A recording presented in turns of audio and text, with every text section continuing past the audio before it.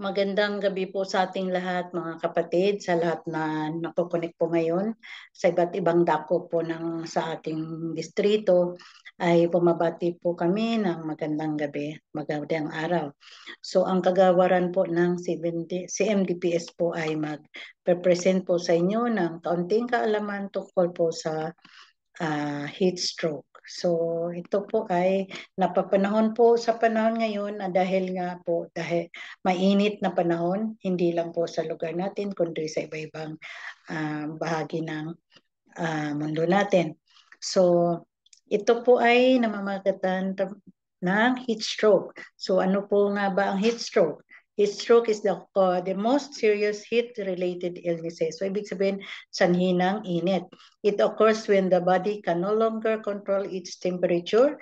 The body's temperature rises rapidly. So mabilis ang pagtaas ng body temperature and the sweating mechanism fails. So hindi na maaring kayang magpapawis ang katawan natin and the body is able to cool down. So hindi na kayang magpalamig ng sarili sa natin. Kasi yung body mechanism natin, may sariling siya na mapapalamig ng sarili niya. Pero dito sa stroke po, hindi na kaya niyang papalamigin ang sarili niya. Then, heat exhaustion is the body's response. Magkaiba po sila. Heat exhaustion is the body's response to an excessive loss of water and salt, usually through excessive sweating. So, ang heat exhaustion naman po ay dahilan ay pagka ng katawan niya dahil sa ng sweating, pagpapawis or maaring dehydrated siya kaya gayon ng Then ito po yung heat stroke. Ito ang sanhi po talaga ng heat stroke, overexcision in hot and humid conditions. So masyado siyang nagpapagod or overexertion. So nag-exert siyang masyado sa under sa ng araw, sobrang init sa humid. So alam naman po natin lalo sa lugar natin talagang mainit sa humid. Kaya kailangan po talaga natin itong mapag-aralan para naman po ma-apply po natin sa sarili natin para makaiwas po tayo. Okay? So ito po yung mga simptomas ng heat stroke at saka heat exhaustion. Magkaiba po, mayroong magkakaparehas at saka mayroong namang magkakaiba. Sa heat exhaustion po ay maaring nahihilo or nahimatay ang tao, excessive sweating, tagpapawis siya ng sobra, cold, pale and clammy. So namumutla siya, cold and clammy ang skin niya. Nausea or vomiting, nasusuka or nagsusuka. Nausea kasi nasusuka pa lang. Pag vomiting, talagang nagsusuka na siya. Rapid weak pulse, so mabilis ang niya, pero mahina. So ibig sabihin hindi mo pag ipalpate mo siya, hindi mo ganong ng pintig ng pulso niya. Then muscle cramps, yung ano ba yun? Muscle cramps is ano ba yun sa Tagalog? Naka ko na. So ang heat stroke naman ay throbbing headache. So sobrang sakit ng katawan ay sobrang sakit ng ulo niya. No sweating, hindi siya nagpapawis. Body temperature above 103 degrees Fahrenheit or more than 40 degrees Celsius. So nausea or vomiting din siya. Then rapid strong pulse. So mabilis siya at saka malakas ang niya. Pag pinalpate nyo talagang nagbabound yung pulso. Then may loss consciousness. So mawala na siya ng mile.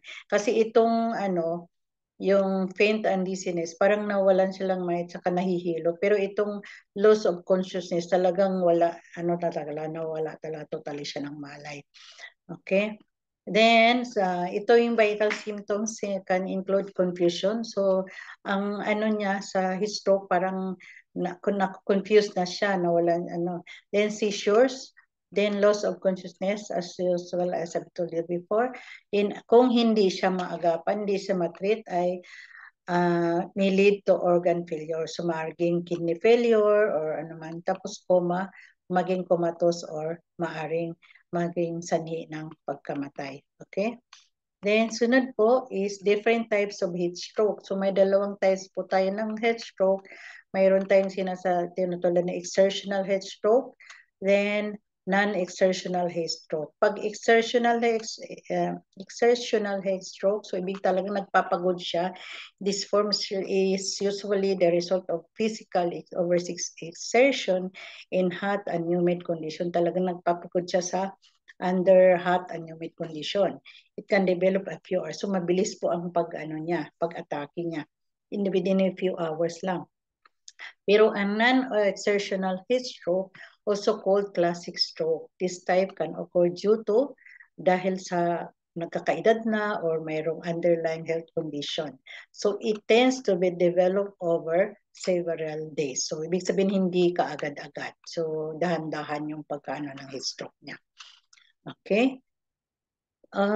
Then factors that increase your health risk of heat stroke condition includes being male. So bakit being male? Bakit mas maano ang male?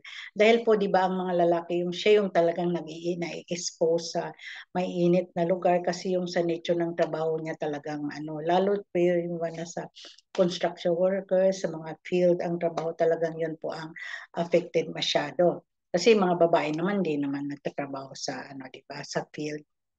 Then being dehydrated. So dehydrated po siya, nawalan siyang tubig sa katawan dahil siguro kulang sa pag-inom ng tubig or umiinom siya ng iba't ibang klaseng na pampaihi or ano. Then, may-ari din pong nagkukos ng heat stroke yung drugs that affect body ability to regulate temperature such as diuretics. So, pwede yun pong mga pasyente na umiinom po ng mga diuretics. Ibig pong sabihin ng diuretics yung pampaihi. Kasi yung halimbawa mataas ang blood pressure or talagang may mga edema siya, ganyan. So, umiinom siya ng diuretics para maano yung Kaya yun po. Tsaka yung may inom ng mga sedatives, tranquilizer, or yung may mga heart problems, blood pressure medication. So, yun po siya yung affected. Masya, yung risk factor po yun. Then having certain disease that affects your ability to sweat. So, ito po yung pag mga cystic fibrosis, ganyan. So, mawalan po ng ability na sa pagpapawis yung katawan natin pag may cystic fibrosis. So, physically, kasi yan physiopathology, mga ganon. Having certain medical conditions such as sleep disorders or problems with your heart, lungs, kidney, liver, and thyroid or blood vessels. So, yun po yung mga conditions na nakaka-affect din po na para maaring magka-stroke kasi hindi nagpapawis ang tao. Walang mga exercise kasi bawal, di ba? Then wearing heavy or tight clothing such as protective gear. So yung mga mabibigat na clothing, mga masikip, tapos yung mga protective kasi 'di ba yung talagang nagtatrabaho sa field para lang maano sa init, talagang mag-ano sila, yung clothes talaga. So siyempre yung nag-accumulate din yung katawan ng masyadong mainit. Kaya yun. Then having a high fever, pagka yung mataas masyado ang lagnat, then having obesity. So yung mga obese, isa din yon kasi 'di ba ang pag fatty tayo yung heat na nagko-accumulate sa body natin, hindi siya ano. And yung may mga history na rin po pag ng heat stroke. So yun po yung most affected, and for physical condition it's na or not being used to hot conditions. So yun po yung mga hindi sanay sa mga hot weather, yung mga sanay sa malalamig tapos mapunta sa mainit katulad nung galing sa mga ng ibang lugar na hindi may init tapos mapunta dito sa Saudi. Nako, yan po talaga ang iwasan nila kasi yun may possibility po na magde-develop yan ng heat stroke. Kasi yung body niya hindi sanay, di po ba? Then doon po hahantong po tayo paano po ba gagawin kung mayroon pong na heat stroke. So habang po nag-antay tayo na may ambulance or maring sinong magdala sa ating hospital, so ito po yung maaring gawin. So unang-una po maging kalmado lang. Then of course kung mayroon tayong ice, apply ice pack to the neck. Unang-una po neck, groin, and armpit. Bakit doon natin nilagay? Hindi naman na lang sa ano. Kasi po yung ano natin, di ba yung init, doon nag-ano yung para makasingaw ka agad. Then, encourage them to drink slightly salted fluids as sport drinks or salted water. So, nakakatulong din po yun para malamigan yung katawan sa loob ng katawan din, having lay down in a cold, shady, well-ventilated environment. So, pahigayin natin, pahingahin natin sa malilim at malamig na lugar at well-ventilated environment. So, yung walang maraming obstruction. Okay? Para maano siya, mapreskuhan. Then, immerse them in a cold water if possible. So, hindi naman natin pwede siyang immerse kasi malaki siya tapos immerse. Ibig sabihin, immersing is ilubog mo siya. So, hindi naman kayang ilubog. So, maring buhusan na lang or ganun. Then, misting them with water and blowing air across their body, evaporative cooling. So, yun po, babasain na lang, tapos pahanginan para mag-evaporate po yung high body temperature. Okay, para mabawas-bawasan yung ano. Then, of course, monitoring their breathing carefully and removing any airway blockages. So, yun po, halimbawa, baka ano yung di maiwasan, baka tala nawalan siyang malay. Tapos, titingnan po natin kung baka may nagbara doon sa airway niya, airway blockage. Tapos, alisin natin. Okay? Yun po isang pinakamagandang gawin. Then, not giving any medications, including aspirin at saka acetaminophen. Wag po nating painumin na ng aspirin at acetaminophen. Okay? Bawal po yan. Then, of course, removing any clothing that is tight or heavy. So, yan po yun. Alisin po natin ang mga sinusuot niya na napakasikip at saka mabigat para maano yung kondisyon ng katawan niya. Okay? Then, paano po natin iwasan na magkaroon po ng heat stroke? So, ito po yung last, last part na po natin. So, ganun lang po kabilis. How can heat stroke be prevented? Okay? So, avoiding strenuous physical activity in hot and humid condition. Ibig sabihin po, yung wag na pagpapagod ng masyado. Strenuous physical activity in hot, humid condition. So masyado pong wag po natin masyadong anuhin yung pagkaano. Isipin natin na talagang nakaka-apekto din yan sa ano natin. Consuming sport drinks, high salted water broth. So yun po, yung sports drink, kailangan pagka sa mga ganitong mainit, kailangan inom tayo slightly salted water or broth. Yung mga sabaw-sabaw dyan na ano lang, kailangan laging uminom. Then, gradually letting your body accline to warm temperature over several weeks if you have to be in hot condition for works or sports. So, yun po, dapat sanayin muna natin ang katawan natin sa warm na condition. Kasi pag nasanay tayo sa malamig, tapos bigla tayong ma-expose sa mainit, yun po, talagang ano. Then, leaving children or pets in closed hot spaces such as car. So, wag na nating iwanan ang ating mga kabataan or pets natin sa loob ng sasakyan na nakatambay lang doon kasi mainit po talaga. Maaring maano sila sa loob.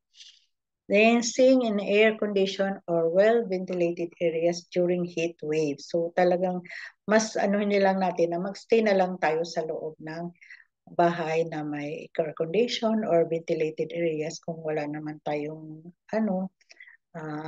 air condition. So, sa ventilated areas na lang po. Okay? Then, wearing lightweight, light-colored, and loose-fitting clothing if you will be in the out of the heat. So, yun po. Kailangan, kung lalabas tayo at hindi natin maiwasan na punta sa mainit na lugar, mas pipili na lang po natin yung light-colored and loose-fitting clothing. So, yun po. Yung hindi masyadong madilim yung suot. Yung light-colored lang, tsaka maluwag. Okay?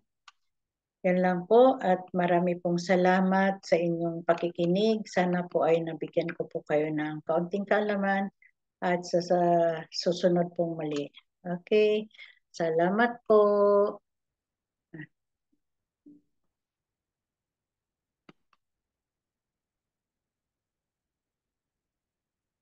Asan?